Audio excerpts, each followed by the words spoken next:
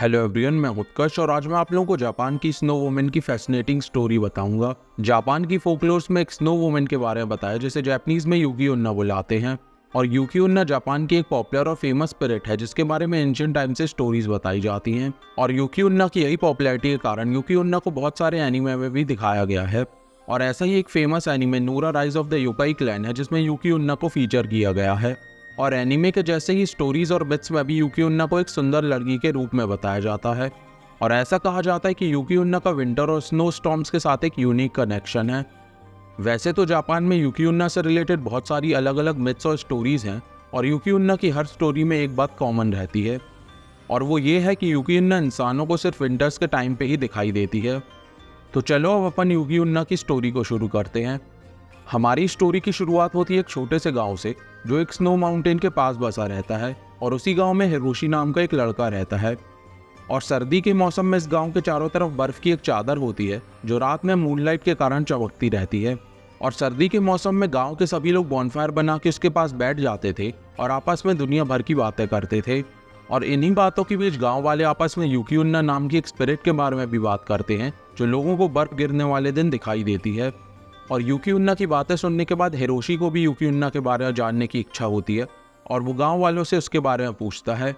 और फिर गांव वाले हिरोशी को युकी उन्ना के अपीयरेंस के बारे में बताते हैं कि कैसे युकी उन्ना दिखने में बहुत सुंदर है और उसके बड़े और लंबे बाल रहते हैं और वो हमेशा एक वाइट किमोनो में दिखाई देती है और उसकी स्किन बर्फ जैसी वाइट होती है।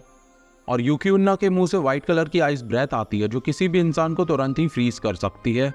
गांव वालों की ये बातें सुनने के बाद हिरोशी युकी उन्ना की स्टोरी को मजाक समझकर अपने घर सोने चले जाता है और आने वाले दिनों में अपना काम रोज की तरह ही करता रहता है। पर एक दिन उसे किसी काम से पास के गांव जाना पड़ता है और अपने काम के लिए हिरोशी अगले दिन सुबह सुबह अपने गांव से दूसरे गांव चला जाता है। और जब दूसरे दिन गांव में हिरोशी का काम खत्म हो जाता है तब वो शाम को अपने गाँव आने के लिए निकल जाता है और घर लौटते टाइम अचानक से बर्फ गिरने लगती है और हिरोशी अपना रास्ता भटक जाता है। और जब हिरोशी को पता चलता है कि वो रास्ता भटक गया है तब वो पैनिक करने लगता है और इधर उधर सही रास्ते को देखने की कोशिश करता है। पर ज़्यादा बर्फ गिरने के कारण उसे कुछ दिखाई नहीं देता है और ये देख के हिरोशी को और भी डर लगता है। और वो अपने पैनिक में जब थोड़ी आगे चलता है तब उसे एक शैडो दिखती है और जब वो उस शैडो पे लाइट मारता है तो उसे एक सुंदर लड़की दिखाई देती है।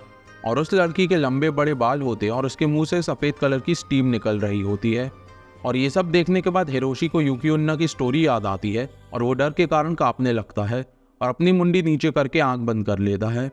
और थोड़ी देर के बाद जब वो हिम्मत करके अपनी आंखें खोलता है तब युकी उन्ना उसके सामने ही खड़ी होती है और वो धीरे से हिरोशी से पूछती है कि क्या तुम्हें इस स्नो स्टॉर्म से बाहर निकलना है। और ये बात सुनने के बाद हिरोशी थोड़ी देर सोचता है और वो अपने डेस्परेशन में युकी उन्ना को हाँ बोल देता है। और हिरोशी की हाँ सुनने के बाद युकी उन्ना उसे अपने साथ स्नो स्टॉर्म से बाहर ले जाने लगती है। और युकी उन्ना हिरोशी को रास्ते में इंसानों के साथ अपने एनकाउंटर्स के बारे में बताती है कि कैसे उसने बहुत सारे इंसानों को अपनी हेल्प ऑफर की है और जिसने भी उसकी हेल्प को मना किया है वो हमेशा आखिरी में स्नो स्टॉर्म में फंसकर मर ही जाता है। और युकी उन्ना हिरोशी को उन लोगों के बारे में भी बताती है जो युकी उन्ना की हेल्प से अपने घर सेफली पहुंच जाते हैं। युकी उन्ना की बातें सुनने के बाद हिरोशी उससे सिंपैथाइज करता है और वो ये समझ जाता है कि युकी उन्ना सिर्फ एक अकेली स्पिरिट है जो लोगों को उनके घर सेफली पहुंचाने की कोशिश कर रही है।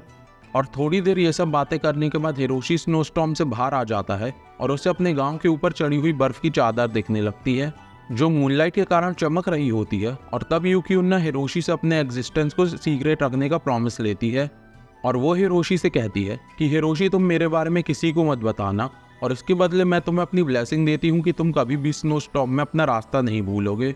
और युकी उन्ना से प्रॉमिस करने के बाद हिरोशी अपने गांव वापस चले जाता है और अपने गांव में वो अपने जीवन को हंसी खुशी बिताने लगता है और वो अपने आखिरी टाइम पर भी युकी उन्ना के सीक्रेट को किसी को नहीं बताता है। अगर स्टोरी अच्छी लगी हो तो चैनल को सब्सक्राइब करें।